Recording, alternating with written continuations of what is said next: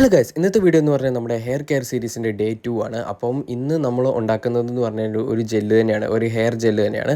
അപ്പോൾ നമുക്ക് hair gel ഉണ്ടാക്കാനായിട്ട് രണ്ട് ഇൻഗ്രീഡിയൻസ് മാത്രം മതി. ഒന്ന് ഫ്ലാക്സ് സീഡും അതുപോലെ തന്നെ രണ്ടാമത്തെ ഇൻഗ്രീഡിയൻറ്റ് ഉലുവയാണ്. അപ്പോൾ ഫ്ലാക്സ് സീഡ് ജെല്ല് ഇനി ഉണ്ടാക്കുന്നത് എങ്ങനെയാണെന്ന് ഞാൻ ഇനി പറഞ്ഞു തരേണ്ടല്ലോ. ഞാൻ ഒരുപാട് വീഡിയോസിൽ ഞാൻ ഈ ഫ്ലാക്സ് സീഡ് ജെല്ല് എങ്ങനെയാണ് ഉണ്ടാക്കേണ്ടതെന്ന് ഞാൻ പറഞ്ഞിട്ടുണ്ട്. അപ്പോൾ ഇത് നന്നായിട്ട് തിളച്ച് വരുമ്പോഴത്തേക്ക് ഇതിൻ്റെ അകത്തോട്ട് നമ്മൾ ഉലുവ ഒരു സ്പൂൺ ആഡ് ചെയ്യണം.